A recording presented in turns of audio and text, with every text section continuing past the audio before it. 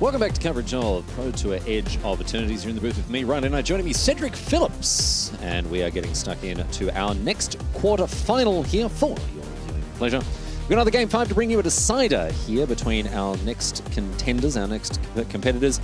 We have Justin Schabel, touted at the moment as the favourite, and quite significantly so with this Is It Prowess deck. Not a deck that I think we saw it a couple of times in the feature match area throughout the Swiss rounds. Very... how do we put this? Traditional Magic deck. Yeah, I mean, when you think of Modern, you've seen plenty of Is It strategies over the course of Modern's history, and strategies that look like this. Now, the creatures, sometimes it's Dragavan, sometimes it's DRC, sometimes it's Swift Spear and Soulscar Mage, but we've seen this strategy years now. Yeah, it's not in this format. Not a lot of fancy tricks and bells and whistles here. It's just play a creature and get you dead. It works. On the other side of things, Makoto Horiuchi here is playing Esper Blink. Plenty of bells and whistles in this list, particularly Makoto's list, which is unlike many of the other ones. Frank Carson pointing out to us heading into this round that Horiuchi's list is unusual. Out of the 17 Esper Blink players, says Dr. Frank, Makoto was the only one not to run any Solitudes. We'll get to that in just a second now as we have a look at Justin Schabel's list. But this is just a straight up and down aggro list, and it's very good at getting the job done. I'll continue with Dr. Frank's analysis. The lack of Solitudes here could be a real liability, and Fatal Push is going to have to do a lot of heavy lifting against this deck that is going to be mean, lean, and keen, very low to the ground. But the Fatal Push is cheap interaction, which is exactly what you're looking for in a matchup like this. As powerful as Solitude is, especially alongside Ephemerate and Philia, it is really, really nice to just have Fatal Push be a clean answer to Dragon's Rage Channeler and for Monastery Swift Spear. So that kind of cheap interaction is exactly what you need in a matchup like this. And if a couple of copies of Fatal Push do show up, could decide the game in a meaningful way. We've had a bit of back and forth in this match so far. Schabel won game number 1. Horiuchi then broke serve and came back to take the game score to 1-2 in his favour. Schabel now equalises to 2-2, which brings us very neatly to game number 5, which is where we're kicking things off here. Cedric from Pro Tour Edge of Eternities. This is, again, the quarterfinals. Makoto Horiuchi on Esper Blink. Justin Schabel is at Prowess. Justin topping the Swiss. Yep, and first one in. And therefore in a terrific position with a deck that enjoys going first. Yes. Very, very much so. So Justin has had a breakout tournament, being our first player into the elimination rounds, making it onto the Sunday stage, has been playing this deck for a very, very, very long time. So it made a lot of sense for him to just say, hey, I'm going to do this again. That's how he qualified for this tournament on the RC level with this sort of strategy. And now we're seeing it here in his hands, just dominating the Swiss rounds with this strategy and looking to make it into the semifinals here in Atlanta. Well, I'll make the same point I made yesterday when talking about Modern as a format. It is a format where you can be rewarded for going deep on a certain deck, on a certain archetype, even if it's not a tier 1, even if it's not a tier 1.52 deck, right? You can get rewarded by playing a deck so well, knowing the cards so intimately, understanding all the lines against all the different lists, the positions you have to adopt, the sideboarding you have to do. You can succeed where others would not by playing a deck that isn't necessarily amongst the most represented in the format. And that's what I think we're seeing from Justin. I agree. And it's one of the things that I absolutely love about Modern is for those that really dive into the format and play it quite a bit. You get to kind of pick a deck that you like a lot, hone it, learn all those matchups, and get rewarded for a little bit of a skill edge because you know some things about matchups that folks don't. That's Cedric's second favorite thing about the Modern format. Oh, what's number 1? The fact that Goblin Charbelcher is legal in it. Yeah. Yep, that's right. You never see Cedric playing something like the standard. Oh, no Goblin Charbelcher. No, thank you. It's not for me. I'm out. Not until R&D finally put Goblin Charbelcher back into standard, which Cedric, I understand, is agitating for every day within the building at Wizards. So it's just a matter of time until they get sick of that. That's how I'm spending my social capital in the building. Yeah, exactly. That's right. On a reprint of Goblin Charbelcher into standard. Look forward to it, my friends. Yep. Dragon's Rage Channeler coming down. Oh, look at the puppy. Aw. And it's Philia, exuberant shepherd on the other side of things. I love this pooch. Love a good doggo. All right, that makes one of us. What's wrong with this? Dogs. Oh. I don't like dogs. I usually tell people that I'm either afraid of or allergic to them, just to avoid the heat. So you just lie. Well, because it's a lot more socially acceptable than saying I don't like dogs. Okay. I don't like dogs. No one else is listening, right? There's not thousands of people watching this broadcast. Got I'm it. just telling you. I understand. We're just having a conversation between friends. But it was a conversation between, well, understood. The acquaintances at least. Professional colleagues. Okay. Good to know where we stand. Yeah, exactly right. All right, Ophelia on the board. DRC here, not charged up at this stage, just a single fetch land in the bin here. It's a long pause here from Justin. I think Justin is really considering a removal spell. You can see a copy of Unholy Heat in hand. Just fire it off here. Ophelia's a good card to target with that. It can do a lot of work when there's stuff like Overlord of the Balmerk. Yeah, Ophelia's currently, like, I don't want to say doing nothing, but, you know, it's threatening to be able to do something more. Just the question is, do I want to kill it now? Do I want to kill it on my opponent's turn? Sort of thing, I think, is where we're at the moment, given that Justin is thinking about this so deeply. I just think, like, if your opponent plays a Quantum Riddler, they play an Overlord of the Balmerk, the Ophelia is just such a potent threat. So it's actually a spell snare. It's not even the Ophelia hasn't even resolved. Yeah. So this isn't. There's reactive removal in spell snare, proactive removal in Unholy Heat. So the question is, you know, what do I want to use to take care of this Ophelia? And I think that question is being asked right now is because, like, a card like Psychic Frog is pretty tough for Justin's deck. Yes. Right. So if a really Psychic Frog were to show up now, you can't bolt it. You can't really bolt it or Unholy Heat it. No. So I can understand why giving a lot of pause to that. Because the thing is, you might look at that and go, oh, you got a spell snare and your opponent just played a really good 2-drop. I mean, what's to think about? But you make a really good point. You're not just worried about this 2-drop, you're worried about future 2-drops as well. Correct. And you're going to be very happy to have played spell snare now that Teferi is on the battlefield. Yes. So that's another big tick here for Justin, making sure he gets the most out of his cards. Teferi time rattler comes down, draws a card for Makoto Horiuchi, who is in a decent enough position, I would say. Not under a huge amount of pressure early, has weathered the first couple of turns, got a piece of interaction out of the hand, kept the battlefield nice and clear. Justin Schabel, however, still has a nice full grip and a lot of threats in it. I can see a couple of Monastery Swift Spears. There's that DRC that was returned to hand. The Unholy Heat we talked about, as well as a Bauble spotted. Remember, one of the nice things here for Justin in this matchup is does not have to worry about Solitude. Right, so playing a haste creature like Monastery Swift Spear and going after the Teferi, it's going to work. It's just a thing that's going to work. Here's an expressive iteration now. Look at the top three. One goes into the hand, one goes to the bottom of the library, and one is exiled this turn. Typically, you'll see players exile a land. But no, not this time. It's a Murktide Regent, which just can't be played. Yeah, that one's going to be gone for good. I hope Justin has a land, otherwise it's going to be real awkward. Uh-oh. I think the goal was to try to hit the land with the expressive iteration. Yeah. That didn't work, and that means Teferi is going to stay on the battlefield for an additional turn. And as we have seen many times over the course of this weekend, and with Teferi's legality in Modern, you play it the first turn. You're normally bouncing something, and when it goes down to 1 counter, then up to 2, and you get to untap with at least 3 lands and maybe the 4th, that's where it gets really tough to kill Teferi, and that's when the Planeswalker starts to take over the game. Yeah, and in that situation, if Justin had a red land, play Monastery Swift Spear, attack in for 1, get Teferi off the battlefield, now we've got a very, very different looking game. Correct. But Makoto was untapped, played a land, Psychic Frog in hand, Subtlety in hand, Cedric, and when your hand looks like Justin Schabel's does, when you play Monastery Swift Spear and get it subtletied, that's tough. You don't want to put it back on the top of your library when you're stuck on 2 lands. That feels real bad. This is a very enviable position here for Makoto. Yeah, turning a 3/3 flyer for 4 into a Mystic Snake, right? That just hard counters something effectively. It always feels so good. The question is, does Makoto fire it off here against the Monastery Swift Spear? Well, this is an interesting thing, and I think the answer is yes. Yeah. And you're already seeing the fetch land be sacrificed. Because, you know, you can make an argument for, okay, you just let the Swift Spear resolve, and then when the attack happens, you can just play Subtlety then and block the creature, and there are no spells that can be played because of the Teferi on the battlefield, so it's a very safe block. But that might just be a little fancy play syndrome, and this is just a little more straightforward.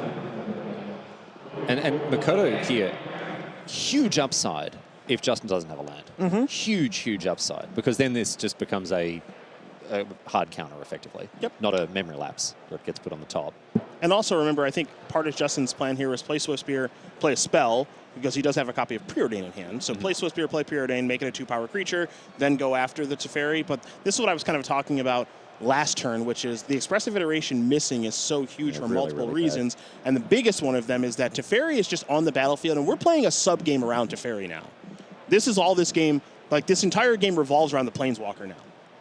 And this is a huge problem for Justin. And is that 2 more non-lands here? No, that's 2 cards that are going to go to the bottom of the deck. That's what they are. That's what they are. There's no lands amongst those. So we have seen Justin pick up the shovel and go a-digging.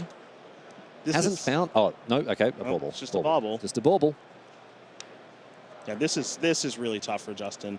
And you can understand the rationale behind the play last turn, which of expressive iteration, I'm going to look at a whole lot of cards. He's been playing this deck forever. It generally works out where, okay, I'll find a fetch land, get a red source, play a Swift Spear, kill your Teferi. He's looked at 8 cards in the last 2 turns. Oh, yeah. Expressive iteration and Preordain. He's looked at so many cards and still hasn't found a third land. This is really unfortunate. And now it's Makoto who can start to turn the tables here. Get in with that Solitude. 4 untapped mana. He could have anything. Psychic Frog still in hand, undeployed, suggests that the Japanese player is sitting on some other interest. Another subtlety, dude! Yeah, it's another subtlety. It's another subtlety! Yeah. And subtleties are going to just really run away with this game, especially when you're playing against an opponent here in Justin who is having mana issues. Though the threats are a single mana, this is really, really difficult to overcome. This card is not living up to its name. Can I tell you that? It's about as subtle as a bag of hammers at this point. Oh, a bag of hammers. Where can I get some of those? An entire bag of hammers. I like those. At Bunnings Warehouse, where lowest prices are just the beginning. Wow. Do you do the commercial work for them? That would be a lucrative job, dude. Especially come up cricket season. There's a Bunnings Warehouse ad every 5 minutes between each over. Oh, my goodness. That's good. That'd be good money for the people doing the voiceover on those. Could be you. All right, hit me up, Bunnings. I'm ready. I'm ready to work. I know some people at Ace Hardware. We'll get you in. That's here in the States. Oh, is that like American Bunnings? I think so. Yeah, a big, huge, like warehouse filled with tools and that sort of stuff. Yeah. We love it. Maybe a Lowe's. Oh, we love that sort of thing, don't we? Oh, down on Bunnings Warehouse. Grab yourself a barbecue and a lawnmower, and you're set for the weekend. All right, so finally, Cedric, at long, long last, a third land. Teferi may finally bite the dust here this turn. DRC should have Delirium. There's a Bauble, there's a Preordain, there's a land, and there is an instant in Spell Snare. Now, Subtlety is going to not so subtly manage this DRC. So Subtlety sends the DRC to the bottom, but does this open the way for the second Monastery Swift Spear to come into play at any? No, there's another DRC here. Okay. It doesn't have haste. It doesn't. It gets +2/+2 and flying. But this is when I mentioned that we're basically playing a sub game around Teferi. Teferi changed the entire texture of the past couple of turns. Yeah. And now the sub game is technically over, but it's a sub game that Makoto won, and that's the biggest deal. Yeah. Now the DRC, worth noting, it is a 3/3 flyer right now because of Delirium. So subtleties, if they want to attack, there could be a potential trade here. It still can block. It doesn't block often. Yes. The DRC because it has to attack every turn. This but is one of the times when it can. Yep. It hasn't become sufficiently enraged that it's been turned sideways just yet. But this is a really good time for a card like Fatal Push, clear out the DRC and keep the attacking potentially here. And you notice a single black mana has been ready. Oh no! Oh no, dude! Good time for the aforementioned removal spell. Yeah, Fatal Push, target the DRC, and now a Psychic Frog as well. This is going from bad to worse here for the American. Oh my goodness. Yeah, Riddler draw 2, I believe. Yeah, this is. Yeah. I mean, this what we've seen over this past couple of turns here from Makoto is maximizing your mana every single turn. Yes. Teferi having a huge impact on the game. It's just gone exactly. Yeah, as this is gone. This is how you draw it up. Yeah. Couldn't have gone better here for Makoto Horiuchi. He's used his mana, he's interacted really effectively, forestalled the game plan of Justin Schabel, who was a pretty heavy favourite heading into this top 8 here. Did very, very well to secure his berth into the top 8 as our #1 seeded player. But at the moment, a masterclass, a clinic being put on by Makoto Horiuchi in how to play this Esper Blink deck in these situations. Aided by the fact that Justin has been a bit unfortunate, hasn't found the lands that he maybe needed to enact his game plan to the fullest potential, but still, full credit to the player to the north of the screen. He's doing a fantastic job. And the expressive iteration turn is really interesting, too, because you're taking a risk by making that play, right? Because there is always just that on that specific turn, it could have just been cast Swift Spear, attack your thing. Yeah. Right? So incurring risk, yes. And again, Justin has played this deck for a very long time, so I imagine the thought process here is, you know, you're considering the risk versus reward. The reward is so high if you hit the land there. You're maximizing your mana. You're killing the Teferi. You're doing everything that you want to do. But the downside is if I brick, I may just lose. But that doesn't. The other thing, this is we've been doling out lessons to new players. We're going to share some more wisdom here. Justin didn't necessarily make a mistake by casting that expressive iteration. No, I don't think so. Like, he's odds on to find the land that he needs. Yeah. And if he does, then the game opens up in a completely different direction. So players may look at that and go, oh, what a foolish error that was to cast that. I would never have done that in that situation. Well, it was actually correct to. Sometimes you can make all the right plays and still lose.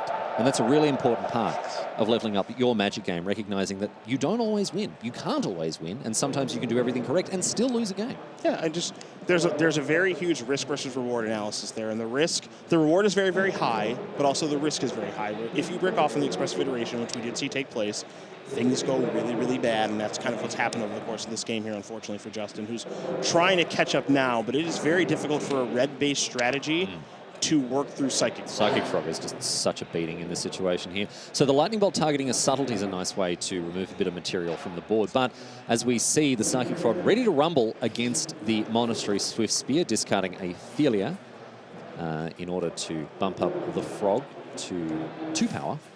Now remember, right now there's a Prowess trigger from the Swift Spear. There's about to be another one here from the Lava Dart. So I think that's what the blue die is implying here, the number of Prowess triggers for the Swift Spear. Yes, indeed. So Lava Dart also can be flashed back. There is a mountain in play. There's 2 mountains in play, in fact. 3 mountains, I should say. Oh. 3 all day. They're all mountains. They're all mountains. All mountains all day.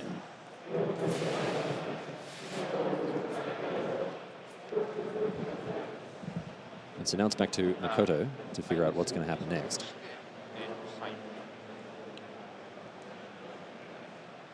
The thing that I think makes this game really difficult here for Justin, outside of what's happened in the early stages of this game, is there's an attempt here to kind of work through this Psychic Frog via Prowess triggers and Lava Darts. And eventually, the Psychic Frog can be managed. That is true, via the darts and the Prowess triggers that are going on. The biggest problem is the card that's been warped last turn. So let's say that the Psychic Frog, we see the exchanges happen, and let's even say that the Monster Swift Spear wins the combat. Yeah, there's a 4/6 that's drawing extra cards. Yes, that's the big problem. Yeah. And look at this. We've actually seen Justin commit enough resources to clear the Frog out of the way between the damage from the Lava Dart and the Prowess on the Monastery Swift Spear. The Frog is going to die. But as you say, Makoto just goes, okay, all right, play my 4/6, draw 2 cards. Yep. And that's the biggest issue. And then you have to work through a 6 toughness creature, which Unholy Heat does allow for with Delirium. But it requires you to have it right away. And in the meantime, you're taking 3 from a subtlety as well, down to 4. So Makoto here, up to 2 cards in hand. If one's a land, he can play it and then cast the red. Oh, just passes. Yeah, that's all right. Probably really good news. That's probably fine. Yeah. It's probably nothing to worry about. Don't have anything to do. Your turn. No. Oh, geez, yeah. No, nothing I'm going to do with my 5 open mana. That's fine. Shame. Yeah. Real shame. All right, you go ahead. Oh, I probably missed it. Probably missed that you could play the Riddler in the warp zone. That's probably what it was. Well, it'd be great to have a view of Makoto's face. He's thinking he's really laying it on thick. Oh, how terrible! I can't believe it. His head's in his hand. Forgot. Awful. No, my friends, you don't make it to the top 8 of a Pro Tour by forgetting that sort of thing. And Makoto will have some nasty, nasty business in hand here for Justin to have to fight through. Not in a good spot. Dead in 2 in the air. Here's an expressive iteration. Let's see if this one's any better than the first one, Cedric. First one hit 3 spells. Technically, the first one was good. This one hit 3 spells, too. Okay, Unholy Heat, a Mishra's Bauble, and a Spell Snare. We're going to tuck Spell Snare away. Say goodnight to that. And a Mishra's Bauble played from the Exile Zone, one would have to imagine. Yep, there we go. Moved from the little provisional Exile Zone into the battlefield there. It's 2 Prowess triggers now on the Swift Spear. Let's have a look at what's coming next. 2 cards in hand for Makoto. I think another 2 for Justin as well.